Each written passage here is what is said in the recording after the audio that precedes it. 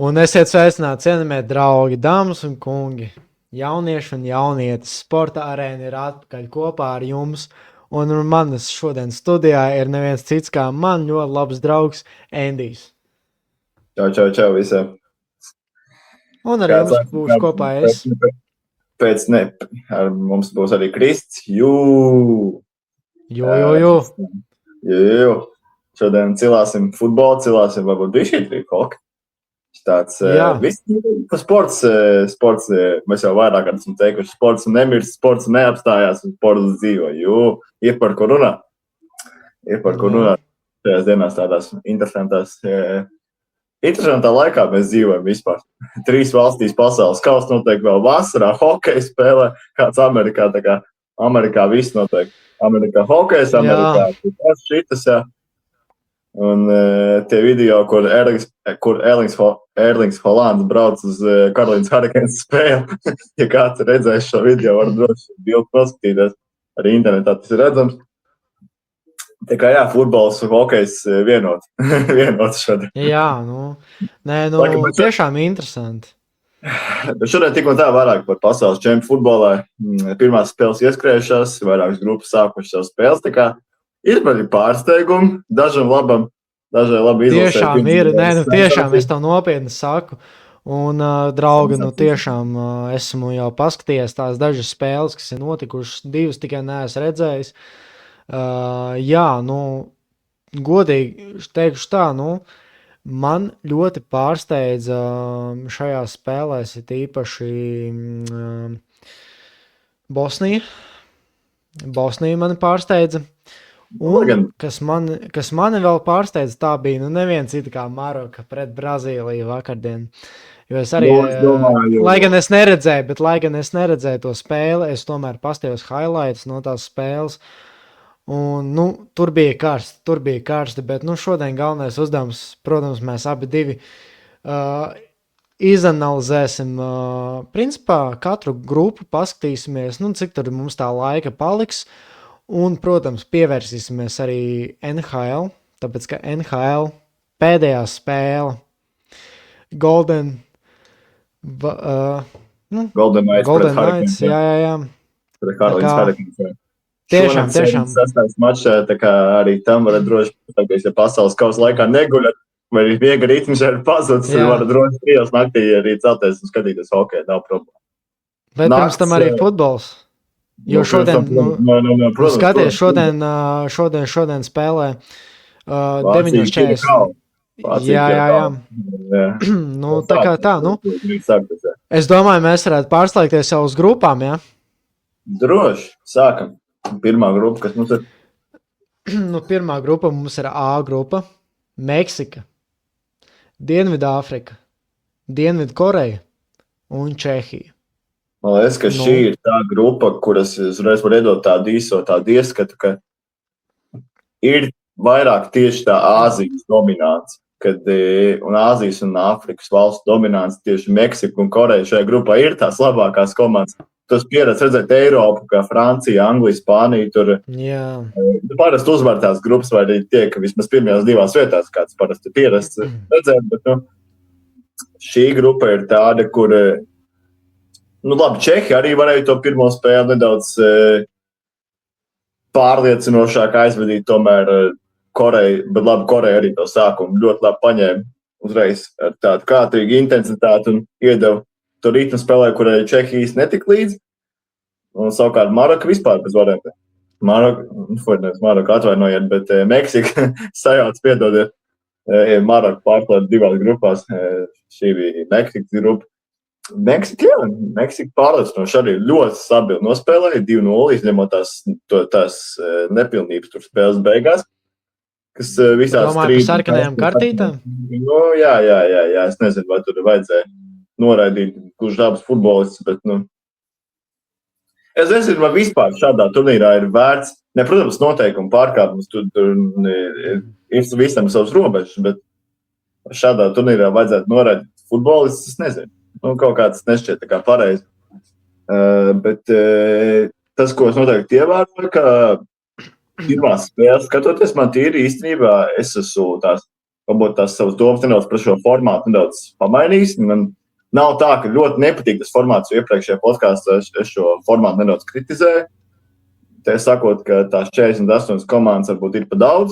Viņas arī, es pie savu viedokļu arī palieku, viņas ir nedaudz par daudz. Tomēr šādam turnīram, man liekas, 32 bija perfekts cipars.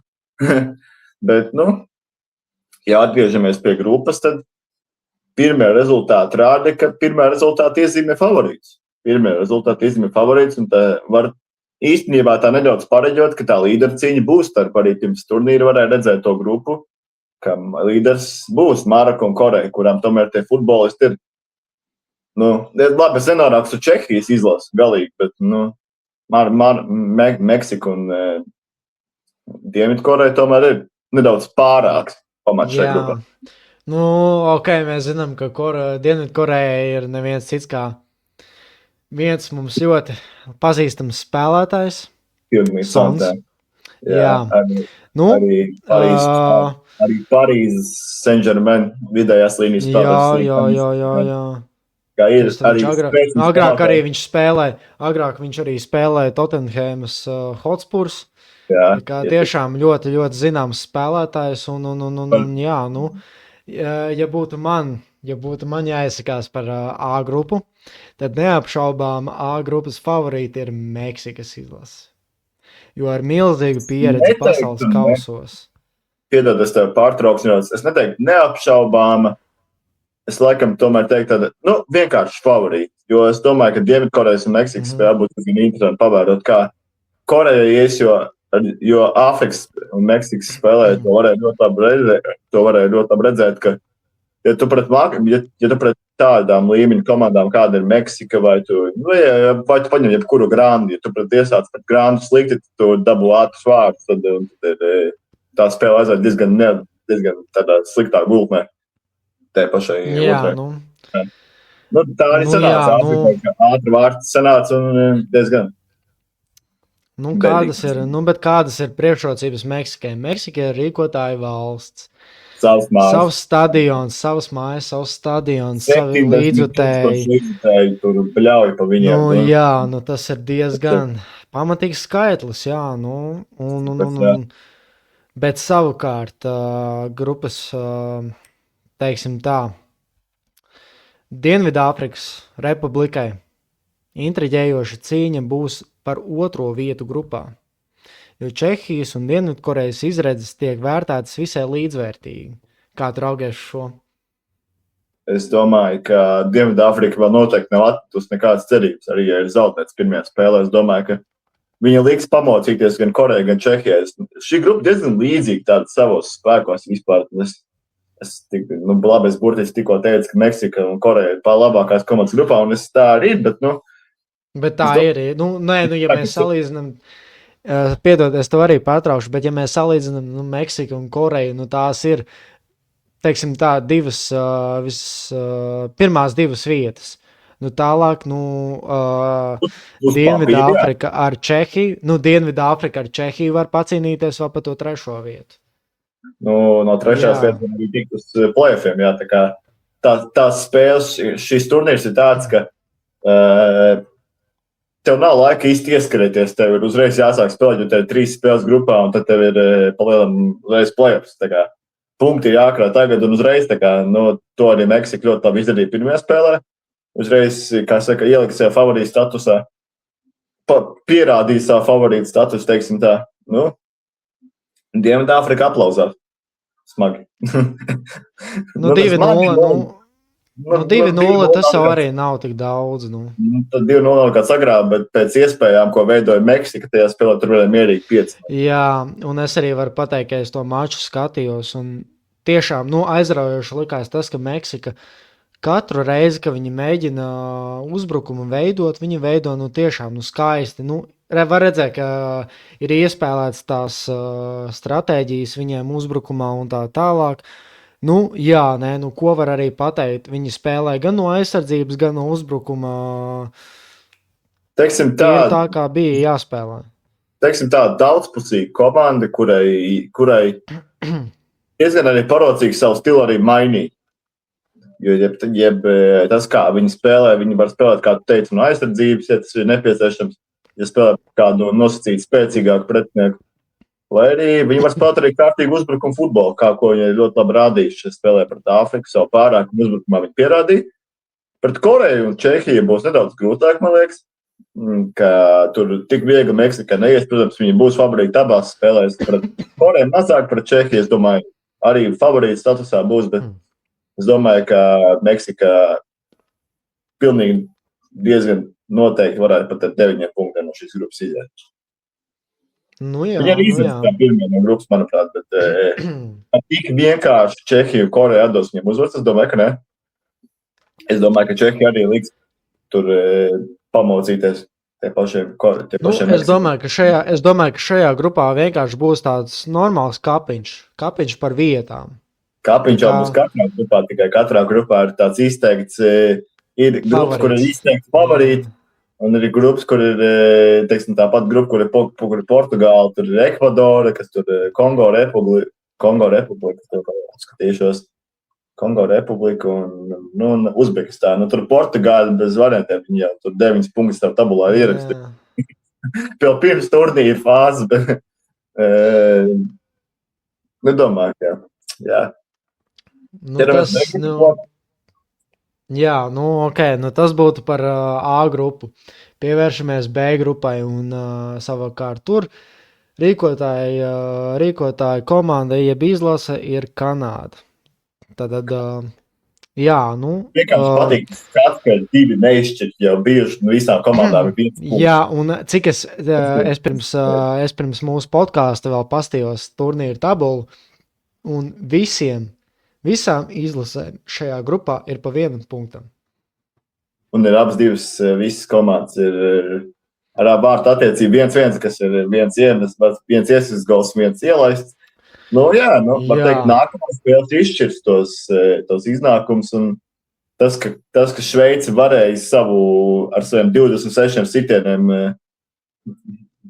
mēģināt pa spēli sagraut Kataru, tas bija, man liekas, viņam tas bija jāizdara. Bet Kanāda ar Bosniju, es teiktu, Bosnija atkal paņēma sākumu, viņi izturēja tās pirmās 15 minūtes, kāds varbūt pat Kanāda būtu jādara, un tad bet zini, ka es noskatījos visu spēli Kanādu ar Bosniju, un savukārt, tur ir tā, ka manas tādas pārdomas ir tādas, ka Kanādai paveicās. Kanādai paveicās, ka viņi iemet tos vārtus, jo viņa uz beigām viņa spieda. Kanādas izlase tiešām spieda uz beigām, jo Bosnijai uz beigām bija, varētu, teiksim, tādas kļūdas. Tādas kļūdas Bosnijai bija uz beigām. Tas spiediens pieauga tik ļoti, ka Bosnija varbūt sāk kaut kur reāli pagūt tajā spēlē. Jā, un neizturēja to spiedienu. Kanāda ieslēdz cits apgrieziens, bet uzvar nedabūja.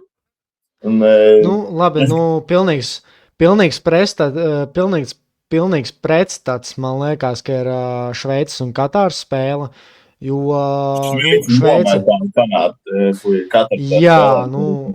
Katāra, beigās Katāra izlīdzināja, bet, ņemot vērā, ka Šveicē bija tik labas iespējas un arī to vienu iespēju, ka viņiem no soda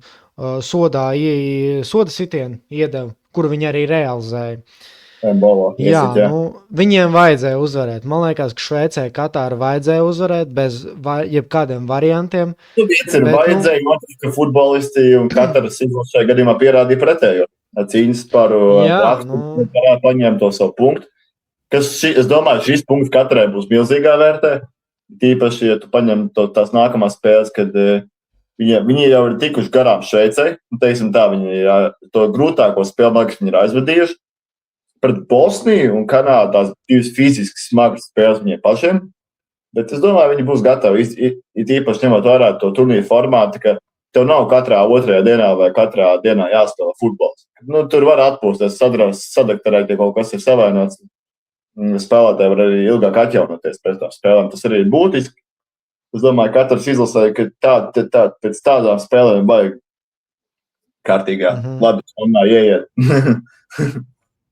un relaksēt bišķīt savu muskuļu. Jā, ok. Par kaut kādām ekspektācijām es te skatos.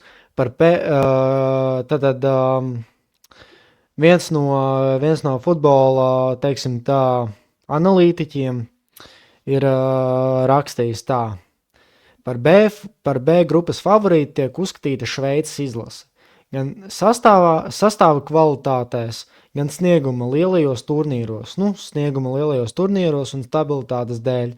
Tomēr arī Kanāda šajā grupā var pārsteigt, spēlējot savu līdzutēju priekšā un ar Jonathanu Deividu uzbrukuma smailē. Un par grupas tumšo zirdziņu tiek uzskatīta Bosnija un Hercegovina, jeb vienkārši Bosnija, jo lielais nosaukums principā arī, ok, lai gan viņš ir svarīgs, bet, lielāko daļu cilvēku viņu sauc par Bosniju. Un kurai ir savi trumpi aizsardzībā, kamēr grupas pastarīšu loma atvēlēta Katārai.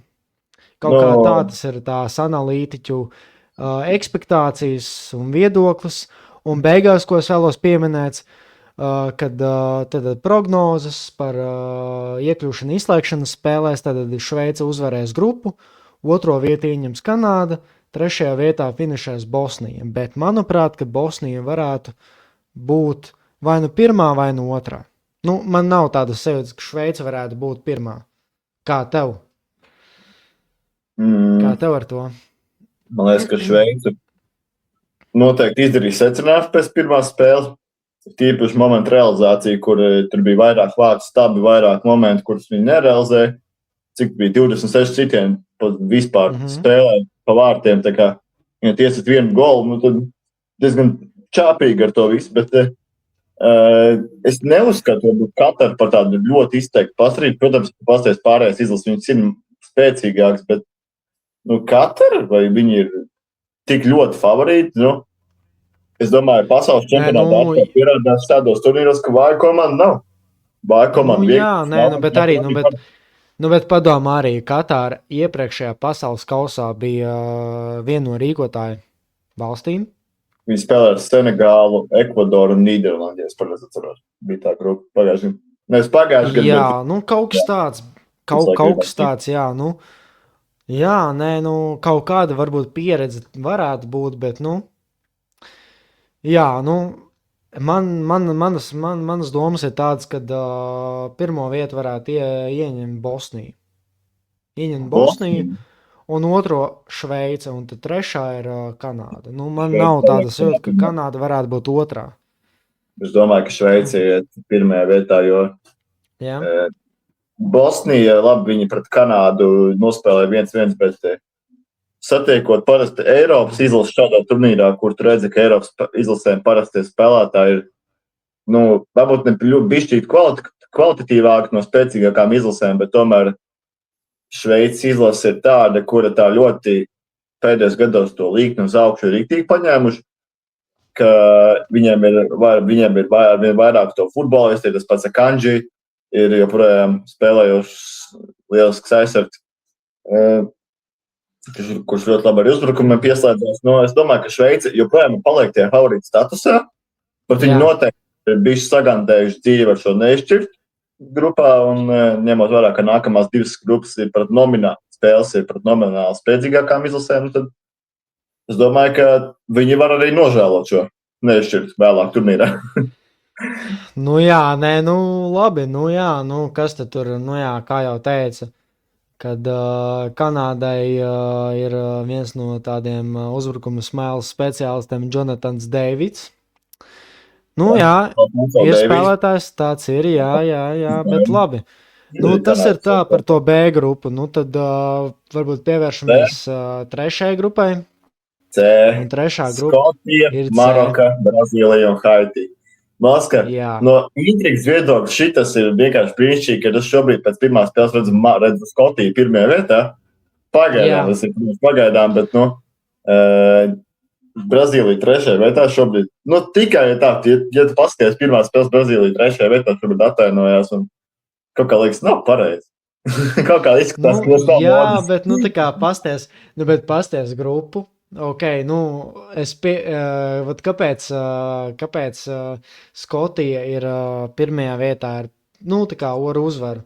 Tāpēc, ka, kas ir Haiti? Labi, es neesmu redzējis spēles, kādas spēlējis tā izlase, bet, Skotija, mēs te redzam arī līmeni, kāds Skotijai, kāds ir tai otrai komandai. Skotija ir rīktīgi komanda, viņi ir ļoti līdzīgi Marokas izlasē, ka viņi ir rīktīgi nenormāli kapātāji. Ar tādu skotu, tādu kā Angļu. Maroka, starp citu, ar Brazīliju. Es domāju, ka ļoti, ļoti, ļoti pareizs rezultāts. Es domāju, godīgs, jo tiešām varēja sagaidīt, ka tāds rezultāts arī paliks.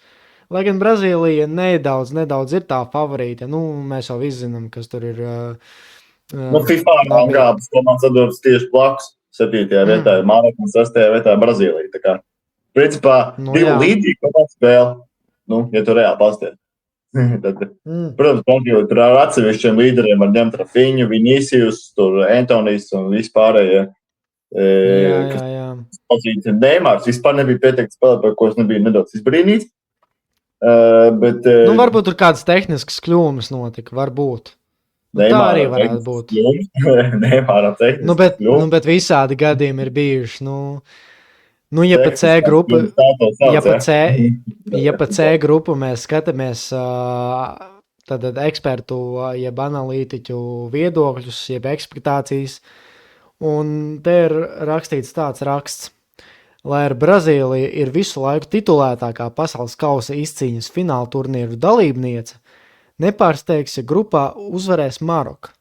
Abas stiprākās grupas komandās uz papīra ir turpat blakus. Arī FIFA izlašu rangā, kā jau minēju, kur ieņem pozīcijas labāko desmitniekā. Skotija un Haiti izlases, protams, gribās pārsteigt, bet visticamāk grupā izšķirs 3. vietas likteni.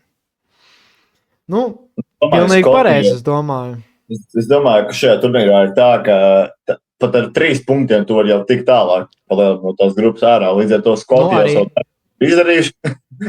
Un spēles pret Maroku un Brazīliju būs viņiem diezgan nopietni pārbaudījumi viņa aizsardzībā, jo Haiti izlase labi, es to spēlu arī highlightos bišķi noskatījos. Nebija tā, ka viņi galīgi nekādas iespējas neveidoja. Tīpaši otrā puslaikā tur pirmās 15 minūtes Haiti izlase normāli deva virsū. Pēc tam atkal apstājās. Pēc tās ūdens pauzes, kas atkal, cik es dzirdēju, es esmu dzirdējis vairākus, tad cits spēlētājs, kuri teikuši tās ūdens pauzes, tur, kad, komanda labā ritmā vai arī aiziet, tad tā pauze, tad, atkal noslāpst viss tas ofensīvi, kas tur sanāk, bet es domāju, šajā grupā vienalga divas izteiktākās favorītas ir Brazīlija un Maroka, tur nekāda baga šāp nav. Protams, man arī tā liekas. Domāju, Haiti izlase, lai man piedod visi Haiti izlases fani, bet jūs paliekat 2 punkti. Turnīra tabulā. Jā, man arī. Maroku, un ja tas notiks, tad es būšu diezgan pārsteigts par to, nemelošu. Nē, var gadīties, ka viņi paņem 1 punktiņu no kādu vai no Marokas. Visticamāk, ka no Marokas varētu kādu punktiņu paņemt, bet, es to arī piekritīšu, man arī liekas. Bet ja mēs par pirmo vietu, kas varētu būt?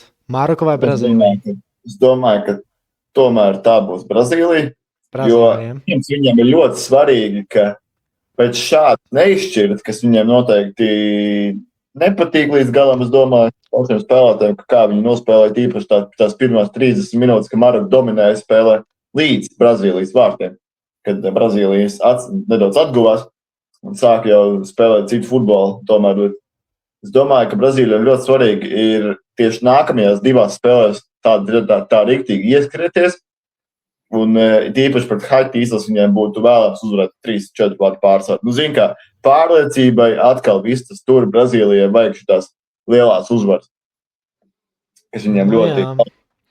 Protams, arī tajā iepriekšējā pasaules kausā, kad viņi iesāka tur tā diezgan tāži apšaubām, tur bija, man liekas, neizšķirt spēles Serbija, vai kas tur viņiem bija drāmā, bet viņi pēc tam uzvarēja Koreju diezgan pārliecinoši, tur arī 4-0 bija tā kā, ieskrējās lēnām turnīru gaitā. Es domāju, ka Brazīlija vēl tā īsti nav parādījuši to jaudu, ko viņi var īstenībā izdarīt. Nu, skaisti. Nu, ok, nu tad mēs liekam C grupas pirmo vietu kā Brazīlija. Nu, jā, viss skaidrs. Es pat nebūšu pārsteigts, ja varētu būt arī neizšķirts punktu sadalījums, ja abas komandas paņem pamatlaiku uzvaras. Nu, nevis pamatlaiku, bet kā 3 punktu panākums abām izlasēm un 7 punktu abām komandām. Nu, nebūšu pārsteigts, ja tā notiks. Atkal tur vārtu attiecības pārējais, bet, jā, Maroka un Brazīlija soļot tālāk. Jā, nu ko mēs esam nonākuši pie viens no, varētu teikt, arī tādas interesantas grupas. Grupa D. Vienīgā grupa, kurā pagaidām ir izcīnīts, šī nav vienīgā grupa, atvainojiet. Tā nav vienīgā grupa, kur 2 izlases ir izcīnījuši uzvaru spēlēt arī A grupā bija Meksika un Koreja, bet šeit kā ASV iesāk turnīru. Tas būtu wow. Paņēm uzreiz. 4-1. 4-1 Paragvajā. Tie pirmie 2 vārti, ja godīgi, tajā pirmajā puslaikā bija, tie pirmie vārti bija tādi, tā kā, tie bija tāds kurios vārdu gums, bet, pēc tam jau, Mēģināja sīt bumbu ārā, lai tā bumba nenonāk līdz uzbrucēju. Tev ir 2 izvēles, vai tu izsit bumbu ārā, vai arī tu reāli atļauj tai bumbai nonākt līdz uzbrucējiem, tāpat tā bumba, 99,9% iespēja, ka viņi nonāk vārtos. Ja vien tas uzbrucējs pāri vārtam nejauši nepārsit, tad, Tie otrie vārti, starp citu, arī bija kuriozi, jo tas spēlētājs iemeta vienus vārtus, kurus pēc tam neieskaitīja daļā aizmuguras. Iesita. Nejauksim terminus, tāpēc, kad futbolā viss notiek ar kājām. Jā, tas ir kā, kuram cilvēkam iegājas galvā, bet tad, kur es paliku, otros vārdus neieskaitīja tikai tāpēc, kad tika vārti iesisti ar aizmuguri, bet pēc tam tas pats spēlētājs, aizmuguras stāvoklis, un pēc tam tas pats spēlētājs parādīja, ko viņš māk uz laukuma un iesita tomēr vārtus, kuri pēc tam tika skaitīti, un tie viņam bija vai 10. vai 20. vārti izlasē. Jo šo spēli, starp citu, 10. vai 20. Komentēja Anatolijas Kreipāns. Jā, tas bija baigi laba atgriešanās, ne? Kreipānam atgriešanās. Latvijas televīzija kaunēties. Jā, kas tas bija toreiz? Kas tas bija toreiz pret Kreipānu kungu? Es biju tik pārsteigts, bet sliktā nozīmē, ka Kreipāns nekomentēs vairāk neko tur. Bet kā prieks, ka viņš ir šī turnīra balss. Es ļoti par to pretēs. Es ļoti ceru, ka viņš ir finālā. Tā kā daudz tas pats Birjuks un Pakauns. Pakauns. Starp citu, šie abi divi cilvēki, kuri komentēja tīpaši Birjuks, man ļoti patīk kā komentētāji tīpaši futbolā, jo viņus var dzirdēt tajā pašā RFS spēlē pret Ajax. Birjuks tieši komentēja to spēli.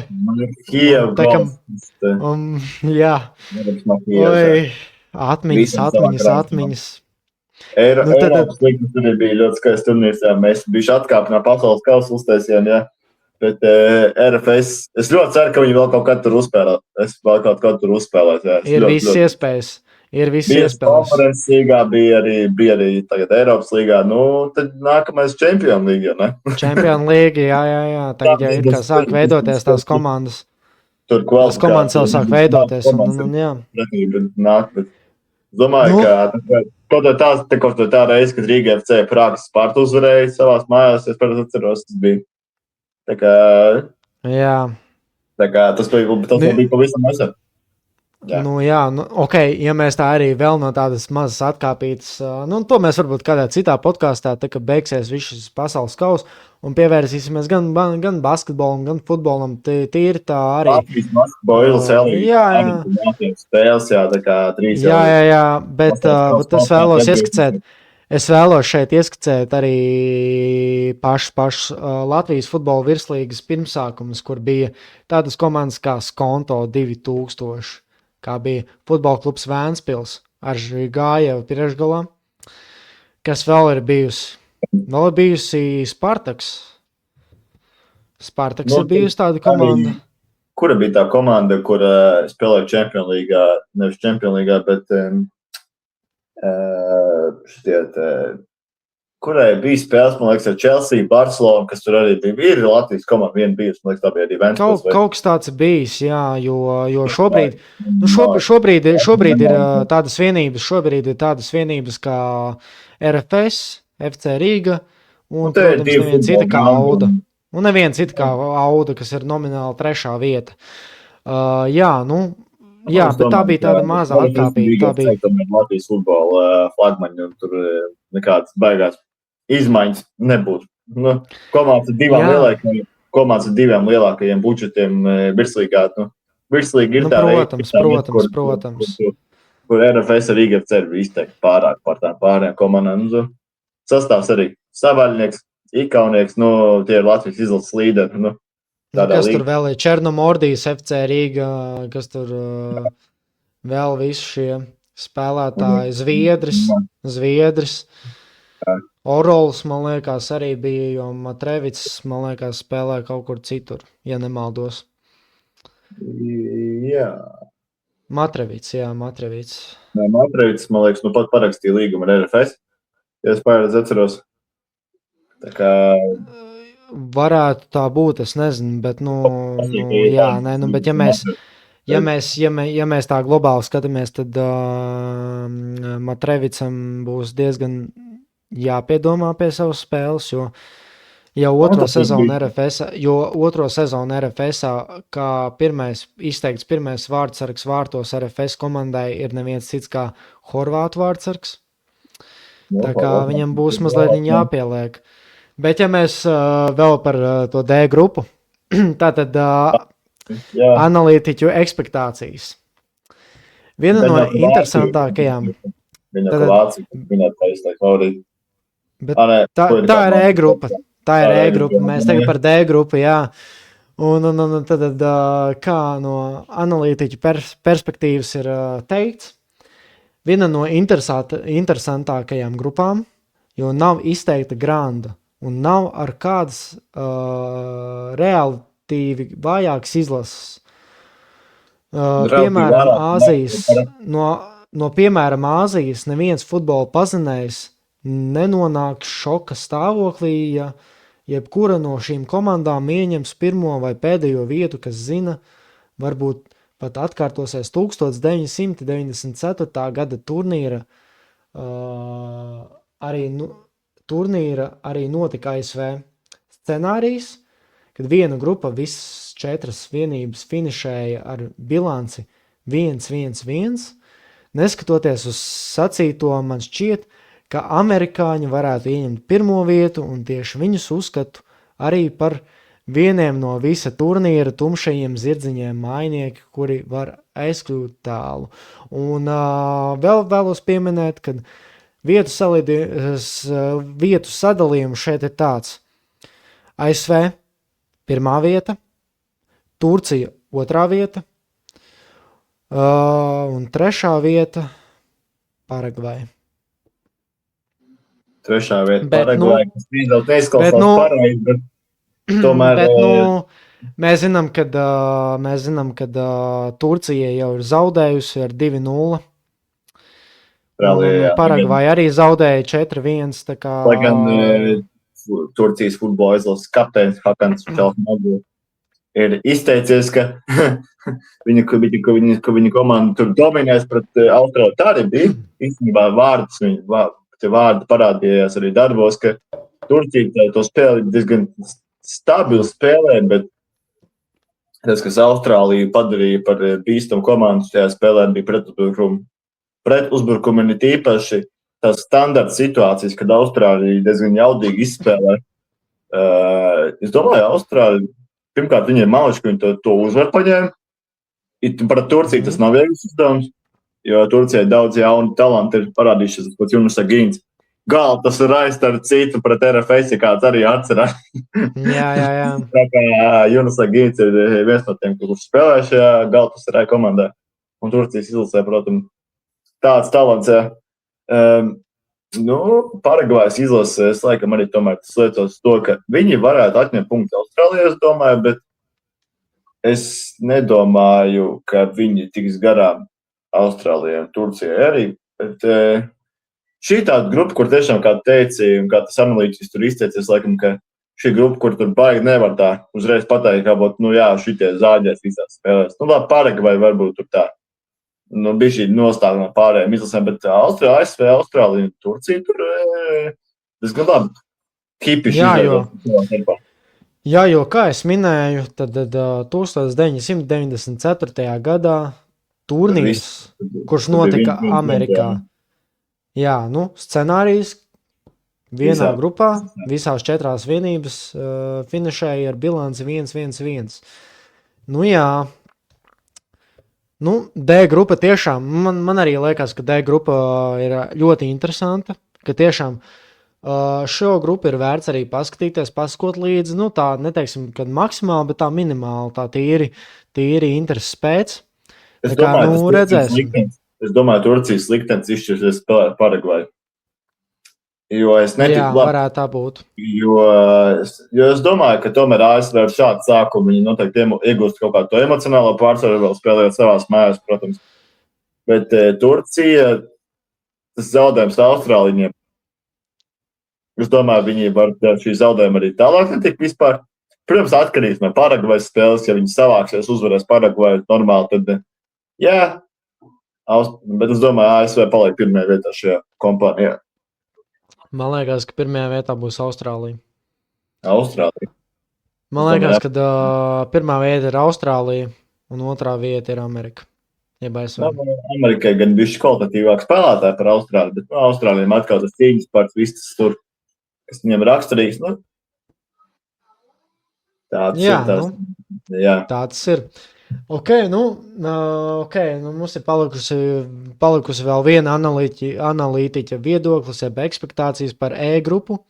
Pievērsīsimies E grupai. Es ceru, ka pēc tam, un pēc tam es ceru, ka mēs pārējām grupām iziesim cauri tā arī tīri tādā normālā biku pātrā tempā. Tīri mūsu pašu domas. Jā, un tad grupā E Vācija, tālāk Ekvadora. Un arī divas tādas interesantas komandas. Ok. Tā nav Īrija, tā ir. Tā bija Kodivāra. Sorry. Jā. Un otra ir Kiraso. Vai kā viņi tur sauc? Kirakau. Mums šodien būs geogrāfijas stundē. Atvainojamies visām geogrāfijas skolotājiem. Jā, tiešām piedodiet.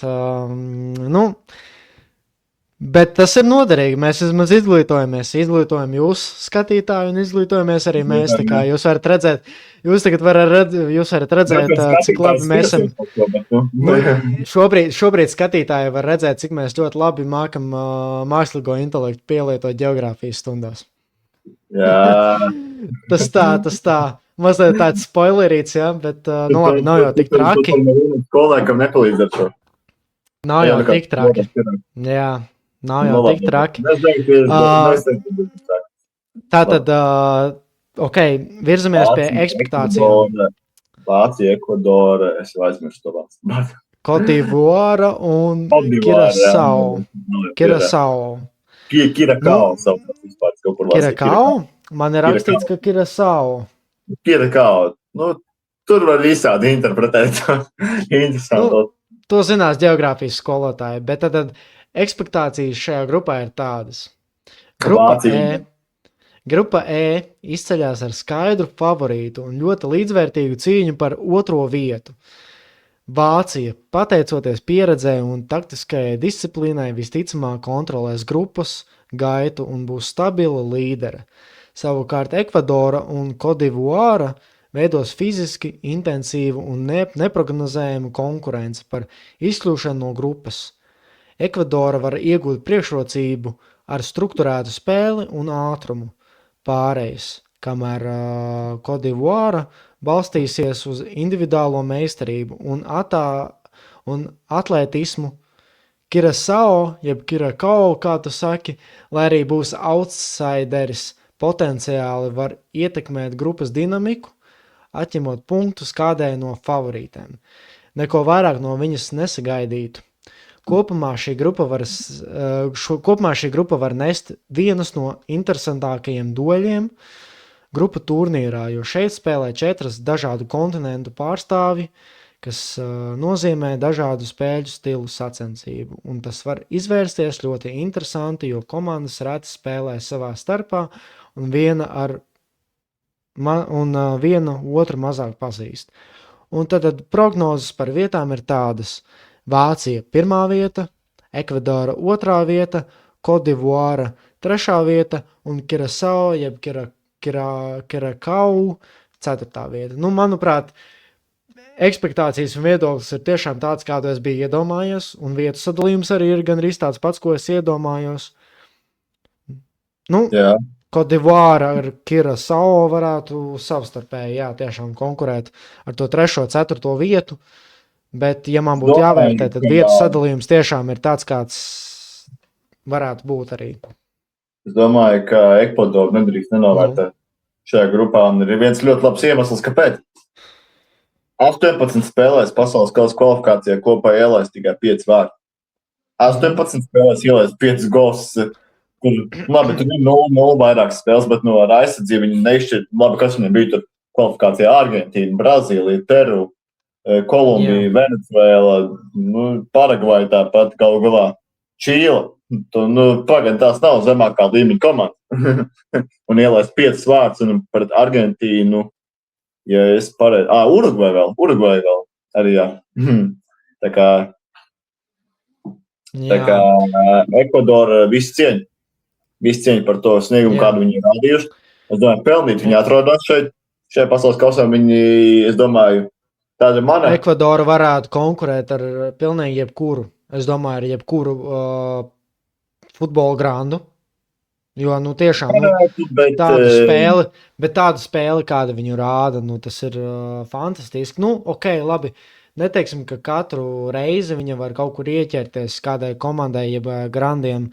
Bet to es tā runu par ieķeršanos. Viņa ir Argentīna kvalifikācija uzvarējuši. Man liekas, ja es par atceros, tad es neatceros, varbūt to Argentīnai Messi tie spēlē piedalījās, bet tomēr uzvarēt Argentīnu. Kaut kas tāds varētu būt, jā. Tomēr ja jau tu tā saki, tad tā varētu arī visticamāk būt. Šeit skatos, Messi nepiedalījās šajā spēlē. Nepiedalījās. Man bez Messi spēlē, bet vienalga uzvarēt Argentīnu, nekur skatus māk, tā kā īsteņa Ekvadorai, jā.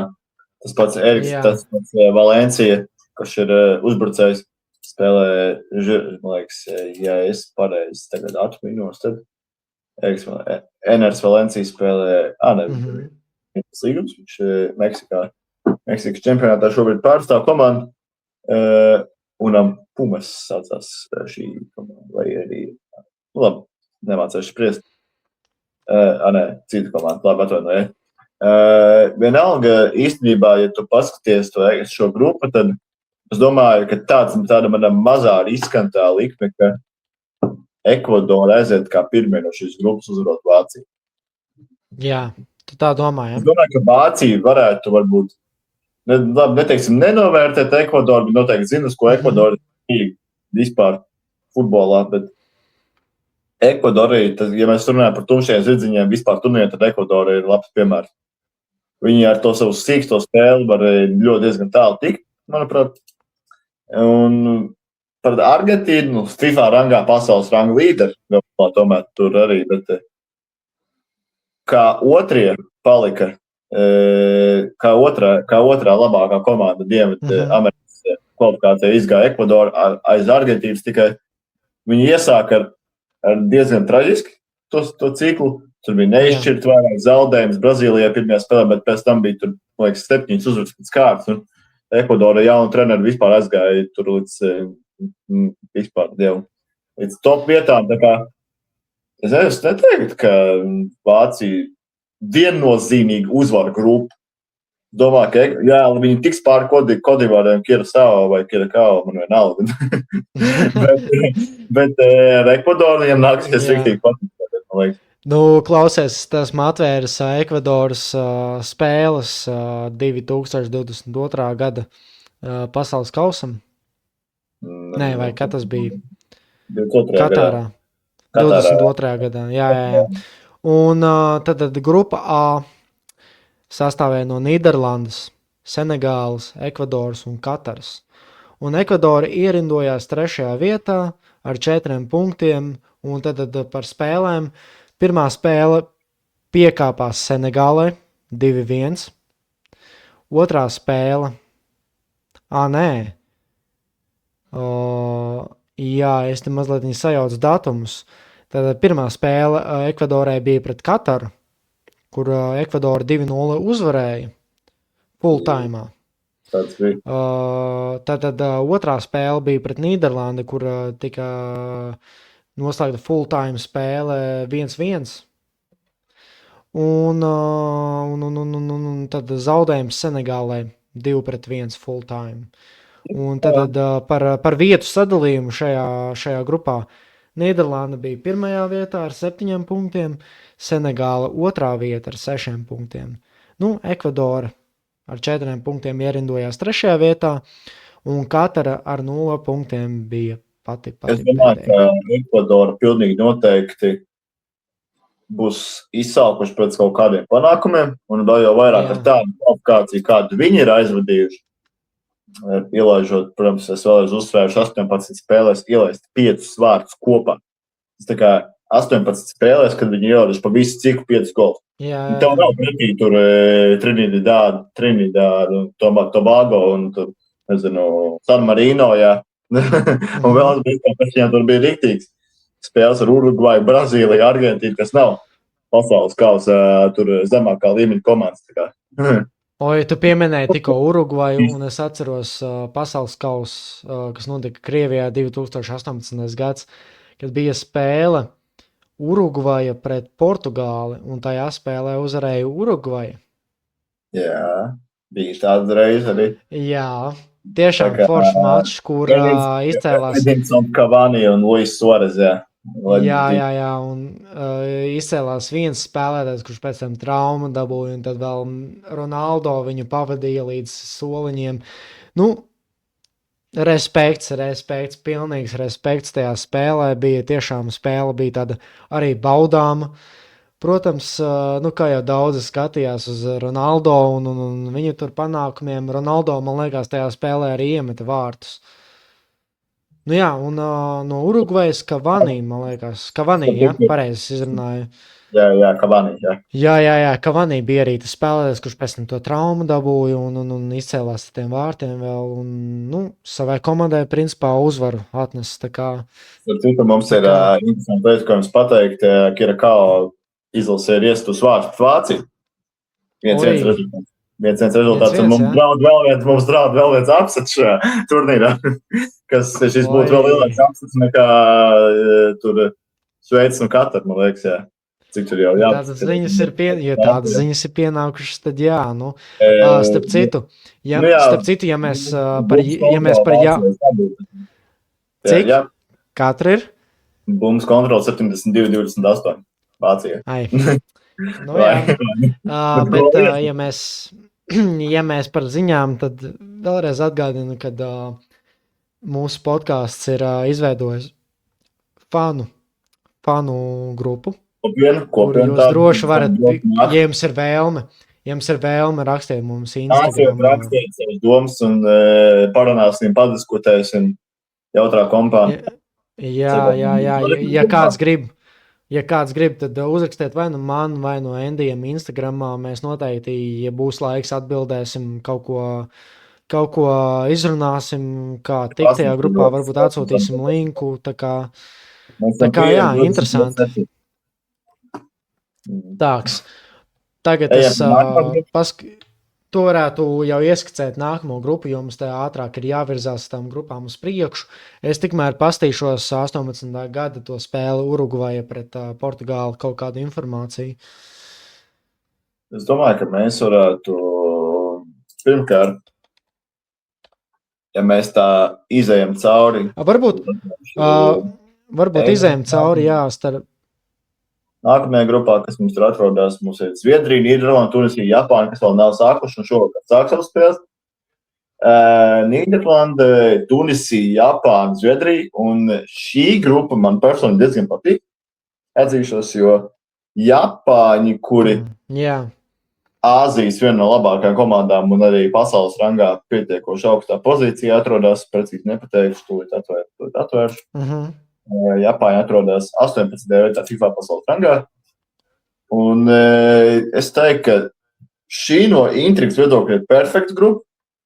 Ja tu paņem Zviedriju, Nīderlandu, Japānu, tur viss izlasa. Labi, Japāņi arī minimāli favorīti šajā grupā. Es uzskatu, Nīderlanda, manuprāt, nelīdz galam ar saviem savainojumiem, kas ir bijuši un kuriem brauc pasaules kausu. Un neiekļautajiem futbolistiem vēl. Bet, ja tā reāli paskatās, tad... Man liekas, ka Tunisija, nezinu par Tunisiju, Tunisijā labi Zviedrija, bet ja mēs par Zviedriju runājam, cilvēki, ja jūs zināt tādu spēlētāju, Zlatan, kurš nezinu? Kurš nezinu Zlatan, jā. Tā kā tiešām arī tāds foršs. Zlatan, jā. Pasaules kausa. Viens no tādiem, teiksim, ikonām, jā, arī Zviedrijas izlasē, kas spēlē. Es te mazliet par Urugvaju paskatījos. Tātad viņi bija A grupā 18. gadā, kas notika, tas pasaules kausa notika Krievijā. Un tad grupa sastāvēja no Urugvajas, Krievijas, Saudarābijas un Ēģipte, jā. Un tātad Urugvaja 2-0 Francijai zaudēja. 2-0 zaudēja Francijai. 3-0 uzvarēja Krieviju. 1-0 uzvarēja Ēģipti. 1-0 uzvarēja Saudarābiju un 2-1 uzvarēja Portugāli. Tagad, kā Urugvajai, tas bija liels pasaules kauss. Līdz brīdim, kad viņi zaudēja Francijā, izslēgšanas spēlēs, manuprāt, bija. Par Urugvaju mēs pieskatīsimies bišķi vēlāk, bet atgriežoties pie grupas, kur ir Zviedrija, Nīderlanda, Tunisija un Japāņa, F grupa. Japānas izlase, kā tu vērtē viņu izredzes izcīnīt, teiksim, labi, pirmo vietu grupā. Pirmo vietu grupā, Labi. Iespējams, tas ir. Salīdzinot komandu.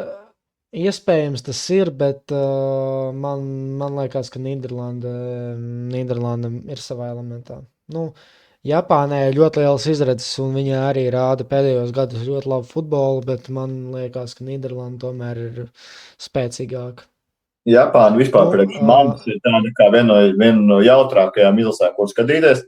Tieši tu ļoti labi pateici, ātrums ir viņu tā firma zīme, ko viņi rāda tādu kvalitatīvs futbols ar pēdējos gados, un Vācija ir iesūs vārds, apsaukas. Vācija 2-1 vadībā pret Deutschland.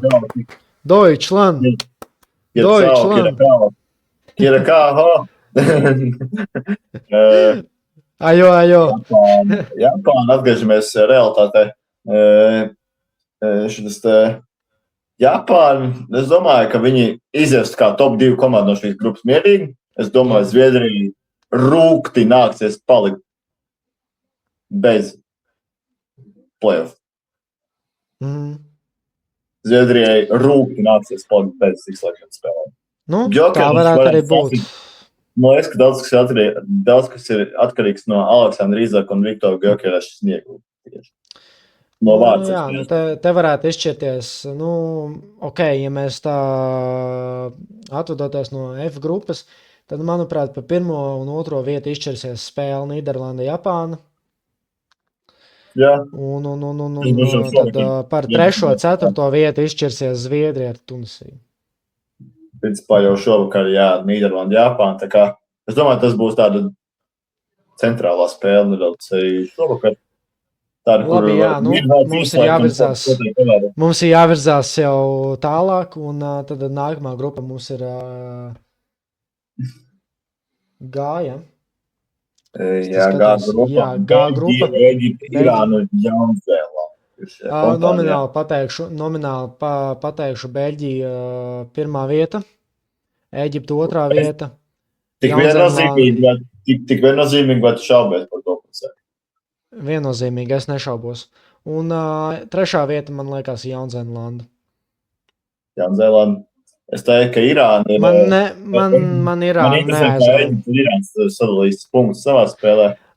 Man Irāna neaizrauja futbolā, diemžēl, un es varu pateikt tā, ka, Beļģi... lielākais trumps Eģiptei, protams, ir neviens cits kā Liverpools spēlētājs Salahs. Kurš ir aizvedījis nepārāk labu sezonu, negodīgi. Bet tik un tā, izlasē Salahs rāda savu spēli.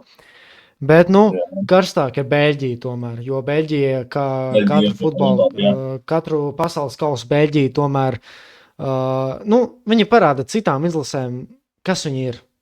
Un parāda to, kur viņi atrodas. Īpaši tas Eiropas čempionāts 24. gadā pēdējais. Jā, tur viņām ir problēmas. Pārāk labi gāja, viņi tur Lukaku regulāri sit garām vārtiem, mēs ir virsū Vārtsegam, un es nevarēju līdz playoffiem tur. Es domāju,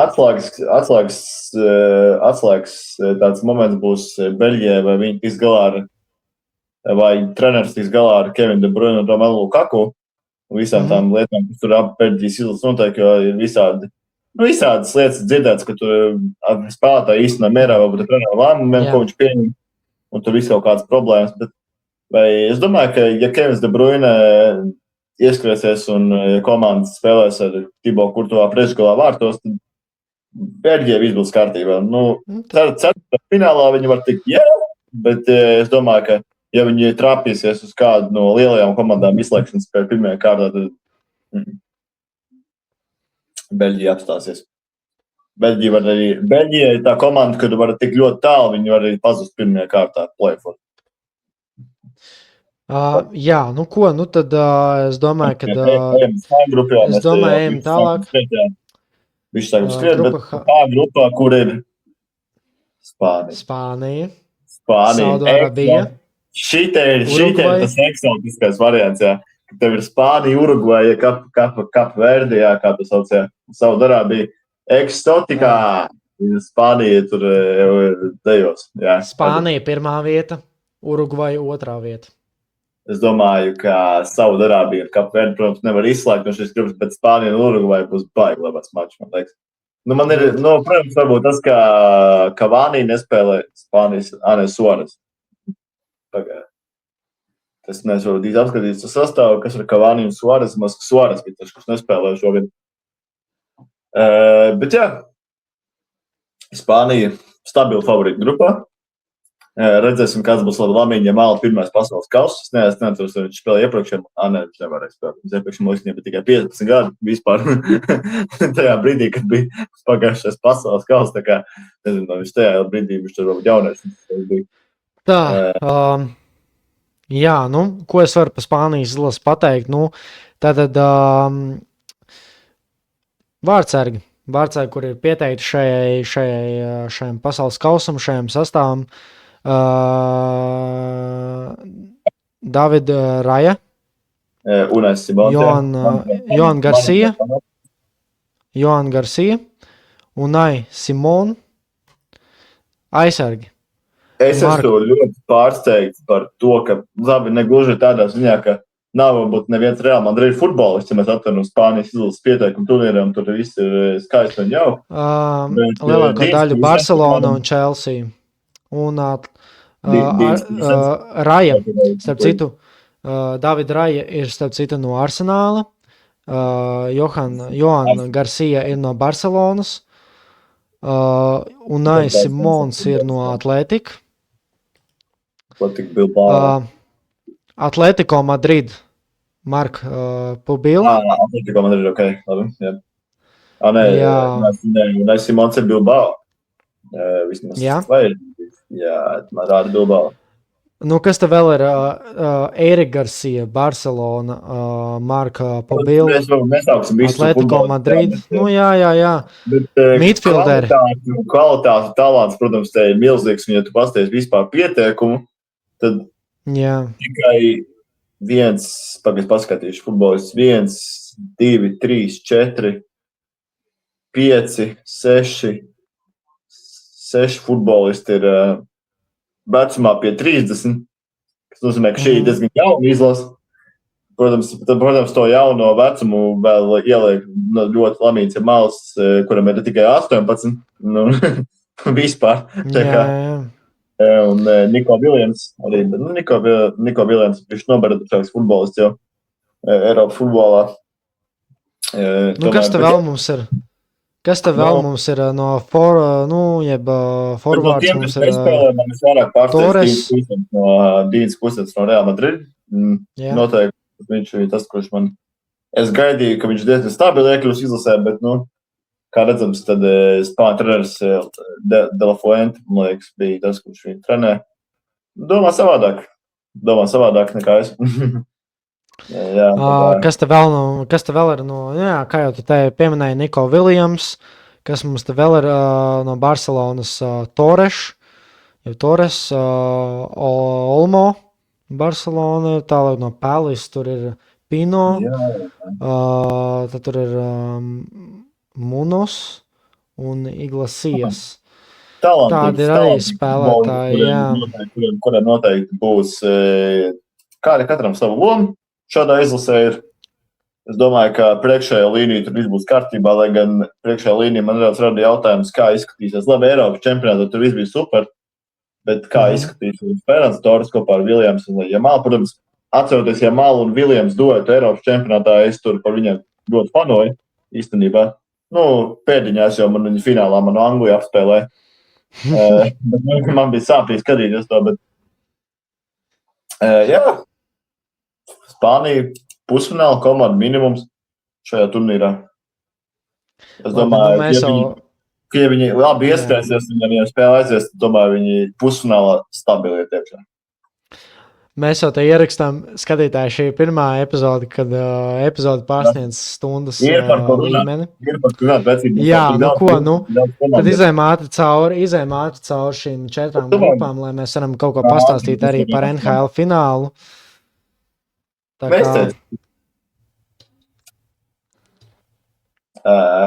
mums tur nākamajā grupā atrodas, skatītāji Francija, Norvēģija, Senegāla, Irāka. Es domāju, Irāka ieraugot šo grupu noteikti, neteiksim, ka viņi atbrauks pasaules kausā nolemtību sajūtu, bet ja tu ieraugi savu grupā Franciju, tad ir tāds sajūta, ka 3 punktus noteikti es zaudēšu šajā grupā. Pilnīgi noteikti. Un Norvēģija, Senegāla arī nav nekādi pastarīši. Tā kā Norvēģiem pirmais pasaules kausa kopš 70. gada, 75. vai kurš tur jau. Es pat atmiņās jau necinu, bet kaut kur ap to ciparu. Varbūt 2000. gados kaut kur uzspēlēja Norvēģijas valstsvienību, bet Francija, manuprāt, pēc manām domām labākā priekšējā līnija, uzbrukuma līnija visā turnīrā. Norvēģija izteikti otrā vieta. Senegāla, man liekas, tur iejauksies pa starp kaut kur. Senegāla, es domāju, paliks 3. vieta, bet Norvēģija ar visu savu plānu tur vispārējais, bet Francijas valsts vienība un pagājušā pasaules kausa finālisti, sastāvs ir Mahten jaudīgs, vēl Desirē Doué, protams, un Kylians Mbappé, tur Marks Turāms arī Interjā. Fantastiski. Tas ir vispār kaut kāds, tur tā priekšējā līnija kosmos. Mihals Olsē, Čomenī, tur Rabiot. Jā, žēl, ka Grizmans nespēlē. Žēl, ka Grizmans nav sastāvā, jo arī... Storts, ja tev šādā komandā vēl Grizmans būtu, bet... Un, ja mēs pareizi ieraugu, tad arī Kolomani nav šajā izlasē, kurš ir... Jā, Kolomani, es neredzu sastāvā. Tā kā Francija, bet arī tas pats, kas ir Spānija, es domāju, ja viņi neuzrausies uz turnīrā uz kaut kādām baigām komandām, tur stabili soļos, tad jā, arī pusfinālā minimums. Es lieku uz tādu, ka noteikti Francija ir pats, es pat domāju, galvenie pretendents titulu. Es, protams, Anglijas izlasa sirdī, bet, ar kaut kādu realitāti, kā Anglijā būtu arī varētu nedaudz vairāk aplausties turnīru nekā tas būtu Francijā. Bet, man liekas, svarīgi būs Francijā tieši tā priekšējā līnija, kā viņi saspēlēsies savā starpā, jo Barkolāna un Dem, jo Barkolāna nav spēlējis pasaules kausos. Markus Turāms ar Kylianu Mbappé. Nu, es domāju, pamatā, ja tu liec, tad Kylians Mbappé spēlē kā pamat uzbrucējs, un tas ir bez jautājumiem, tur var flangos pielikt Barkolā un Duē, un tad būs super skaisti. Un galvenais, ka Barkolā un Duē vēl tik daudz pasaules kausa priekšā, pat kā Mbappé tur. Mēs viņus vēl daudz reizes redzēsim kopā spēlējot. Tas ir tas pats labākais, ka Didier Deschamps ir savāds fantastisks izlases un futbolists ir gatavs, man liekas, iet pēc kausa. Kamēr tu arī esi pateicis kādas ziņas no Vācijas un tās spēles, tad florbola cienītāji es varu pateikt arī tādu informāciju, ka Latvijas 3x3 florbola izlase ir otro reizi pārsteiguši Zviedrus un uzvarējuši 3x3 florbola sacensībās. Tā kā apsveicam Latviju. Ar otro čempionu titulu. Nē, Latvija. Tā kā, jā. Paņēma sudrabu. Jā, grupa, kas mums ir grupa J, un tur ir Argentīna, Alžīrija, Austrija un Jordana. Šī ir tā grupa, kur es būtu diezgan piezemēts ar prognozēm par to, kā Argentīnai veiksies. Jā. Alžīrija un Austrija tiešām ir labas spēle komandas. Protams, tur atkal favorīts status vispārējais, bet Austrija, protams, man interesanti, kā Austrija izskatīsies šajā turnīrā. Jā, Austrija tiešām, Austrija pat tajās spēlēs, grupu spēlēs ir iznīcinājusi to pašu San Marino. Vēl citas komandas. Piedod, bet San Marino nav Austrijas līmenī. Kādas grupas, kādā grupā viņi iekrita, tādā arī iekrita, bet, tiešām, skatoties uz Austrijas pēdējiem spēļu panākumiem, tā ir tā komanda, kura varētu šajā grupā būt melnais zirdziņš. Alžīrija var pārsteigt, es pat teikšu. Bet, es domāju, ka Argentīna bija izvērtinājuši šīs grupas kā pirmā vieta, un tad vispār nav nekāda jautājuma. Bet, manuprāt, Austrija zaudējušā. Neteiksim, ka būtu pārliecinoši, bet, jā. Mans uzskats ir tāds, ka Alžīrija ierindo otro vietu. Argentīna pirmā, Alžīrija otrā un Austrija ir trešā vieta. Man pa Jordanu vispār nav nekādi jautājumi, ka viņi ir pēc nomināla ceturtā vieta. Jordānija, kā sauc? Jā, Jordana, tas tā kā būtu vairāk latviskāk. Mihail Jordan. Mihail Jordan. Jordans pats. Mihail Jordan.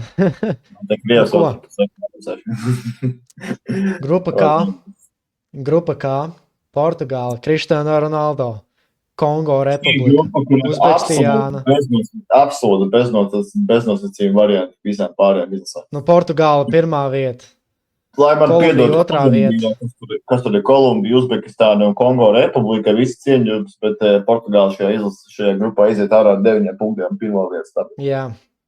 Es domāju, ka tur nav debūs laika. Es domāju, ka tur stabili ņem otro.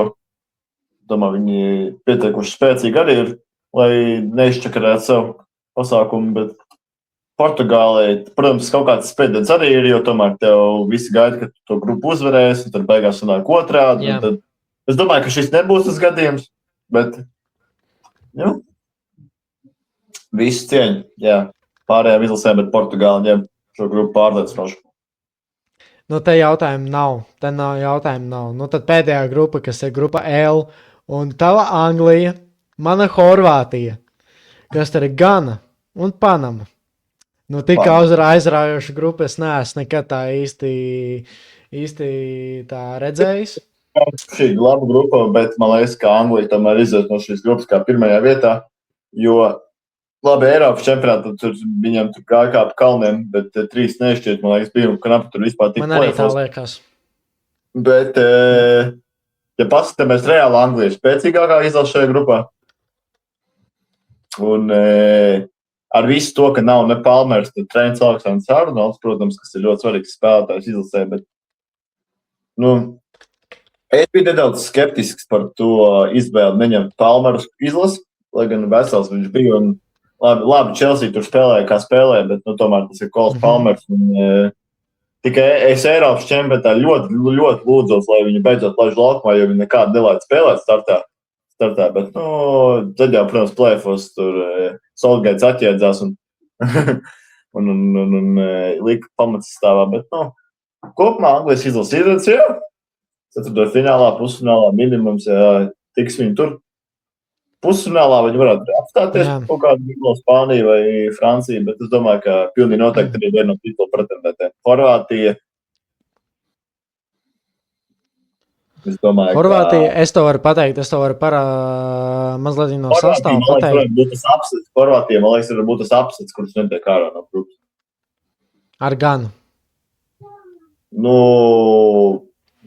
Nedomāju, ka tur atdos uzvar kāds. Un Horvātijā tā vīgā. Tātad, kas te? Fiziskajā futbolā varbūt arī Horvātija varētu pārspēt. Futbols, tad full squad, jeb sastāvs, tad goalkeepers, jeb tātad vārdsargi. No Dinamo Zagrebas Dominika Livakovičs. No Kopenhāgenas komandas Dominika Kotarski. Un no Hull komandas Ivor Pandur. Tie ir tātad vārdsargi. Pēc tam tur no Bayern nāk Stanišić, tālāk no citām komandām Pongaričić, tālāk no Main City ir Jaško Gvardiol. Ajax, starp citu Ajax spēlētājs Josip Šutalo ir sastāvā. Hotspurs Luka Vuškovičs. Tālāk Jakič, Erič. Tā, pastīsimies no forwardiem. Horvātija tāda izteikta. Labi. Nevarbūt gluži viņi neizkrīt neteikt no grupas, bet es domāju, ka viņi varētu uzrauties uz gadu noteikti šajā grupā. Midfielderi šeit ir izteikti favorīti jau no Inter Milan, Milānas, Main City un Bologna. Tātad Nikola Maro, Mateo Kovačić, Modrič, Vlašić, Pašalić, jā, un Sučić. Nezinu, vajadzību lasīt, bet Horvātijas izlasi, labi, būsim jau dišķi realistiski. Viņi tomēr viņi var arī Angliju uzvarēt, es domāju. Tas nebūtu nekāds mega pārsteigums. Viss var būt iespējams. Jā, bet es domāju, ka Anglija tomēr iziet no šīs grupas. Pirmajā vietā, cik, ar Horvātiju varbūt neizšķirt nospēles, bet kas tur ir Panama un Gana, tos viņi apspēlē uz jautājumiem. Jā. Tā arī varētu būt Anglija pirmā vieta, Horvātija otrā vieta, un tad, visi izšķirsies Ganas un Panamas spēlē. Es domāju, par NHL parunāsim nākamajā epizodē. Tagad jau būs beigās. Paldies, draugi. Mēs jau filmējam 13, jā. Paldies, draugi, skatījāties. Sekojiet līdz turnīram. Paldiet visu. Šis bija patīkami šo visu izrunāt šādā kompānijā. Man atkal bija krīzes. Varbūt tev ir vēl kādas ekspektācijas, ko tu vari mazliet ieskicēt pašās beigās. Ieskicēt, es domāju, te nekas jāieskicē. Pa visām grupām. Kopumā, es domāju, ka visas spēles būs ļoti interesants, aizraujošs, ir vērts redzēt. Arī tos varbūt mazāko izlašu dueļus, kurus varbūt nav favorīti, ir vērts paskatīties, tomēr varbūt interesants mačs. Fizisks, labs, ātrs futbols būs, tā kā skatieties un baudiet, cilvēki būs ko redzēt. Paldies jums. Jā, mums tā arī mazas tehniskas tādas mazas problēmiņas ir bijušas interneta, kad raustās dažreiz. Bet jā, Paldies manam draugam Endijam par viņu viedokļiem un viņu izteikumiem. Nu, mans tas viedoklis tāds, ka, būs aizraujošs podkāsts. Tā kā sporta arēna no jums atvadās un tiekamies jau nākamajā epizodē. Pēc kāda laiciņa, teiksim, Čau! Tā.